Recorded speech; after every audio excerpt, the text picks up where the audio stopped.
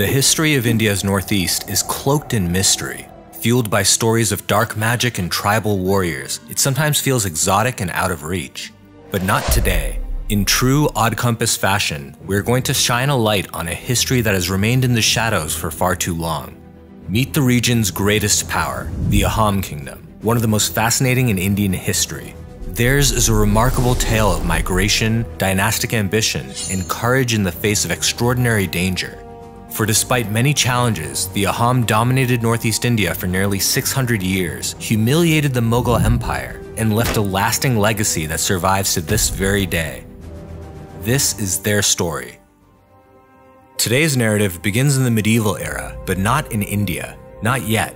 Let's turn our attention further east, to the wealthy frontier region of Yunnan, the original homeland of the ethnic Thai group that would later become the Ahom.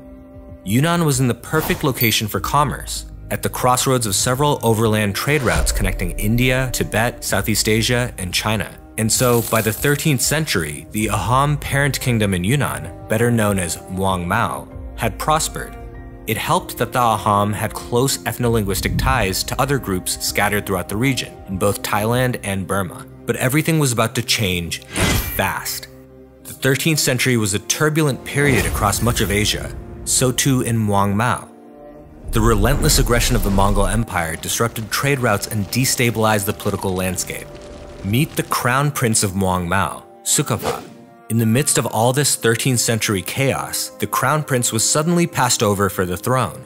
See, King Pung had no male heirs, and so he nominated Sukapa, his nephew, as his heir. But just a few years before the king died, he finally had a son of his own. The keys to the kingdom were handed over to Sukapa's young cousin, thus removing him from the line of succession. The details of this event are unclear and speculation runs rampant. Though he disagreed with the decision, Sukapa did not actually challenge his cousin's ascension to the throne. Perhaps it was his grandmother's counsel that steadied him. For Sukapa's grandmother is believed to have said, just as no two tigers can live in the same jungle, no two kings can sit on the same throne.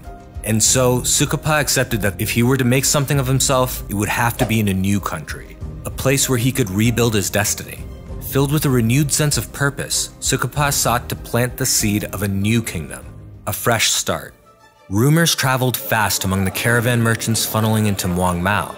Sukapa learned that a once prominent empire, Kamarupa, had lost its grip over the Brahmaputra Valley in northeast India. Sukapa could not afford to miss out on this opportunity. The Brahmaputra Valley was not only fertile and naturally protected by mountains, but it was also, like Muang Mao, connected to a vibrant trade network. But Sukapa needed settlers who understood his vision. A keen diplomat, he secured the allegiance of 5 Ahom lords. These lords brought with them warriors, priests, merchants, and, of course, peasants to labor and work the land. In total, the migrants numbered more than 9,000. Together, they had the resources to support a long and uncertain journey. In 1215 CE, they set off for India. Over the next 13 years, the Ahom marched through Burma and towards northeast India, using diplomacy to secure safe passage through foreign territory. But sometimes they encountered opposition to their presence. In 1227 CE, for example, they brutally subjugated the tribesmen at Nanyang Lake. Whether through military victory or diplomacy, the Ahom established a series of subordinate states in their wake, known as Mongs. Sukapa would assign some of his loyal followers to stay behind and lead while fulfilling specific strategic goals. For example, the Mong established at Nanyang Lake was for guarding the route back to Yunnan. In any case, the Ahom kept moving forward. So it was after 13 long years that the Ahom finally crossed the Patkai Mountains and entered the Brahmaputra Valley, located in what is today the Indian state of Assam. The kingdom was officially born. Sukapa must have been relieved, for the Brahmaputra Valley was just as they had envisioned. Just one problem. It was home to powerful tribal polities, some of whom saw the migrant Ahom as a potential threat. Remember those piping hot rumors about the collapse of Kamarupa power in northeast India? Turns out the rumors were true. That, my friends, is the sound of a newly formed power vacuum. Competition was fierce among the Brahmaputra Valley tribes, many of whom had previously served as Kamarupa feudatories. Sukapa and his advisors took decisive action yet again. They staked their claims in between the Damasa Kachari and Shutya tribal kingdoms, in a marshy area of the valley.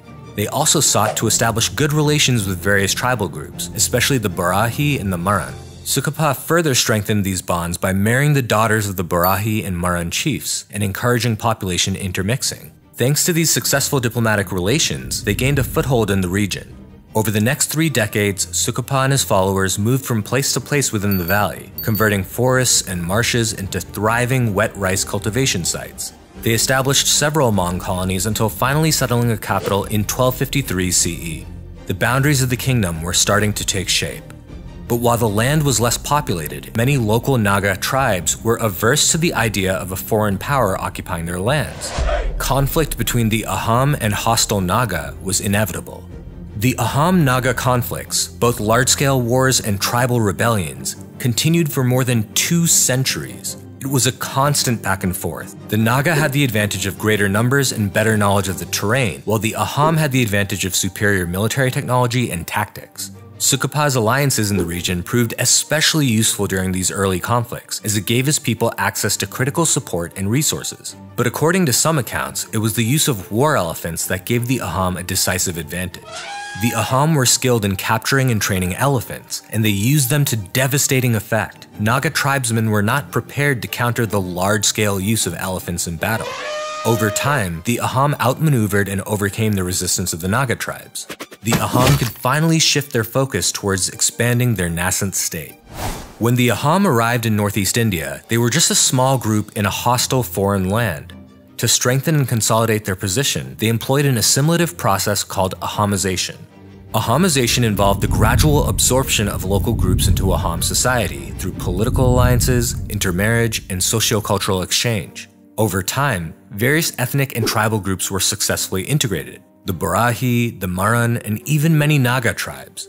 Ahomization worked because to become an Ahom conferred many advantages. Conquered nobles were given high-ranking positions, and local kinship groups were accorded the same level of power and respect as Ahom noble houses. The Ahom also introduced new technologies that significantly improved quality of life, such as the technique of wet rice cultivation. This agricultural technique was so transformative in Northeast India that the Ahom literary chronicles considered it a gift of the gods. But history has a way of changing things. The 16th century saw the Ahom expand along the Brahmaputra River, conquering the Shutya kingdom in 1523 CE, among other territories. This brought millions of Sanskritized Hindus under Ahom rule. The Ahom were now so greatly outnumbered in their own kingdom that the one-way imposition of Southeast Asian norms, Ahomization, was no longer feasible. Instead, a reverse process began. The Ahom were finally becoming Indianized. Consider the impact on Ahom religion and language. When they arrived in the subcontinent, the Ahom were largely animist, following a religion known as Pralung. They practiced ancestor worship and venerated objects that were believed to house spirits. And though the Ahom did integrate tantric Buddhist elements into Pralung, the core of their beliefs remained Thai. But the demographic shift in the 16th century shook things up. Soon enough, it was Hinduism, not Pralung, that would come to dominate the religious landscape of the kingdom. And during the reign of King Susungpa in the early 17th century, Hinduism was made the official state religion. That being said, elements of Pralung did survive the adoption of Hinduism and were adapted. It was during Susungpa's reign also that the Ahom language was gradually replaced by Assamese as the language of the court, and Sanskritized Hindu names were given to the nobility in addition to their Thai names. King Susungpa, for example, was better known as Pratap Singha. The administration of the Ahom kingdom is best characterized by the establishment of uniquely Southeast Asian institutions. These institutions mirrored the background of the Ahom, who maintained much of their original Thai culture. Consider the Paik or Kel system of labor. The Paik system imposed a compulsory labor obligation on all able-bodied men between the ages of 15 and 50, with exceptions made for nobles, priests, and artisans. Each man was a Paik, and 4 Paiks formed a ghat. Each would be rotated through various work groups across the kingdom, and each work rotation would last around 3 months per year. While a Paik was on rotation, the other 3 members of their ghat would tend to their lands in their absence. In exchange for their service, Paiks were allowed a piece of land to cultivate. Though it had many flaws, the Paik system provided the state with a cheap and reliable source of labor, and it maintained social cohesion as it created bonds between the diverse peoples ruled by the Ahom. Naturally, the system also gave rise to a flurry of construction. The Ahom built many fortified cities and palaces, temples, and monasteries, the greatest of which were grand structures made of brick and stone, boasting elaborate carvings and decorations. The Ahom also built many reservoirs to irrigate fallow land. This significantly boosted agricultural productivity. And they built a network of roads and bridges to connect their population centers, facilitating migration and trade and commerce. Innovations were also made in the political realm. The Ahom implemented a form of leadership known as the Patra system.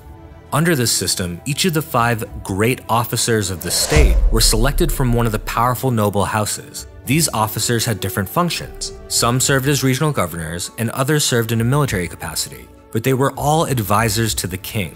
Later, these officers were organized into a council of ministers for the king, called the Patra Mantris, and one of the officers would be designated the Raj Mantri, or prime minister, with additional responsibilities and powers. The Patra system was an important aspect of Ahom governance. Its purpose was to prevent any one official or faction from accumulating too much influence, and to ensure that power was distributed fairly among the various noble houses.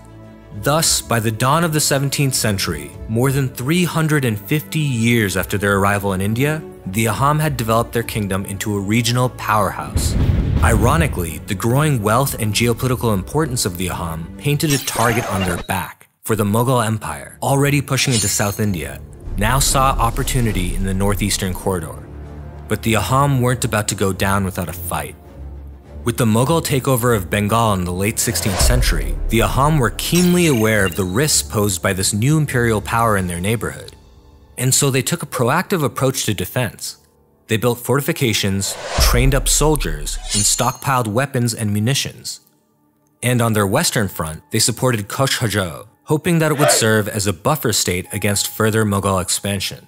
This buffer didn't last long. In 1614, the Mughals easily took Coach Hajo. Tensions ran high, for the Mughal Empire now directly bordered the Ahom kingdom. It was obvious that the Ahom were next in line for conquest. The Mughals searched for any excuse to attack, and so they sent merchants to illegally harvest agar wood in Ahom territory in the hopes that it would provoke a response. Spoiler alert, it did. The Ahom responded by capturing and executing several of the unauthorized merchants. This police action provided the pretext for war. In 1616 CE, the Mughal Empire used Bengali subordinates to invade the Ahom, but if you recall, the Ahom were well prepared. They pulled back to a better defensive position, holding their ground at the fortress city of Samrada. There at Samrada, the Ahom absolutely trounced the invading Mughal forces. Word of Ahom victory spread across the subcontinent. But the victory was incomplete. Over the next few decades, there was a relentless back and forth. Each side used both indirect and direct methods to secure an advantage, from trade restrictions to violent raids and prisoner exchanges. Fast forward to 1662, when Emperor Aurangzeb appointed Mir Jumla II Viceroy of Bengal. Aurangzeb entrusted him with the task of finally conquering the Ahom kingdom. Mir Jumla gathered a sizable naval fleet, which included Portuguese, Dutch, and English sailors, and pushed up the river Brahmaputra, first targeting the region of Kamrup. Initially, the Ahom offered almost no organized resistance. It was an unexpectedly weak defense, and so the Mughals took garrison after garrison, fortress after fortress. Emboldened by his victories, Mir Jumla swept into the Ahom capital, Gargaon, forcing the Ahom king to flee into the hills. The takeover greatly enriched the Mughal invaders with equipment and loot, but trouble was brewing for the Mughals. See, the monsoon season was fast approaching, and soon the Brahmaputra river would be unnavigable due to torrential rain. Mir Jumla suddenly found himself in a highly vulnerable position. He was now isolated from his relief forces downriver in Dhaka. What followed was a 6-month thrashing. The Ahom disrupted Mughal supply lines and launched endless hit-and-run attacks on enemy defensive positions. Then an epidemic broke out in the Mughal camps.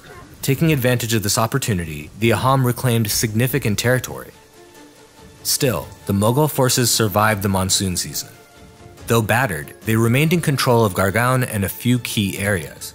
And by September, they were invigorated by fresh armies sent upriver from Dhaka. Worried that the fighting would continue, Jayadwaj Singha sued for peace. He was given back his capital but agreed to a substantial war indemnity and even sent 2 of his daughters to join the Mughal harem. It was a fragile and humiliating compromise. Enter King Chakradwaj Singha and his brilliant advisor and general Lachit Borpukhan. Chakradwaj had a fiery spirit. Peace would not last for long, as he refused to pay any of the remaining war indemnity to the Mughals. According to Ahom records, he shouted from his throne, "Death is preferable to a life of subordination." Before the Mughals could adequately prepare, Ahom forces took back the Kamrup region and more, reclaiming territories all the way up to the old Mughal border. Aurangzeb was furious. He sent a Rajput commander, Ram Singh, to handle the situation in the northeast. For 4 years, conflict ensued, with peace talks interspersed, but the Mughals and their Rajput servants refused to offer a reasonable compromise. The cartoonishly arrogant Ram Singh underestimated his Ahom opponents and thought that he could secure an all-out victory for his Mughal masters, and so he launched an attack while in the midst of peace negotiations. Thus began the Battle of Saraigat in 1671 CE. The Mughal forces under Ram Singh had superior numbers and superior technology, but there was a problem. While they fielded massive warships, the ships were not actually designed for river combat, nor were their soldiers trained for it. By contrast, the Ahom forces under Lachit Borpukhan had an intimate knowledge of the Brahmaputra River. As such, they fielded smaller, more maneuverable warboats that could navigate the river currents with ease. These boats enabled Ahom forces to move swiftly and strike the Mughal fleet from unexpected angles. And though Lachit was severely ill, he led from the front and pushed every possible advantage to win the battle. He employed unconventional tactics, even going so far as to release trained crocodiles into the river, creating panic and confusion among the Mughal ranks. The Ahom also used fire arrows to set enemy ships ablaze, splitting the attention of the Mughal officers and giving Ahom soldiers an opportunity to attack freely. Caught off guard by the Ahom's relentless attacks, they were thoroughly defeated at Saraigat.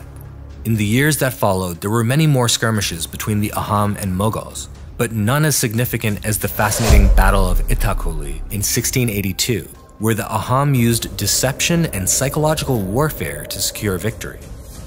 See, the Ahom built several mock forts along the Mughals' path to Itakuli.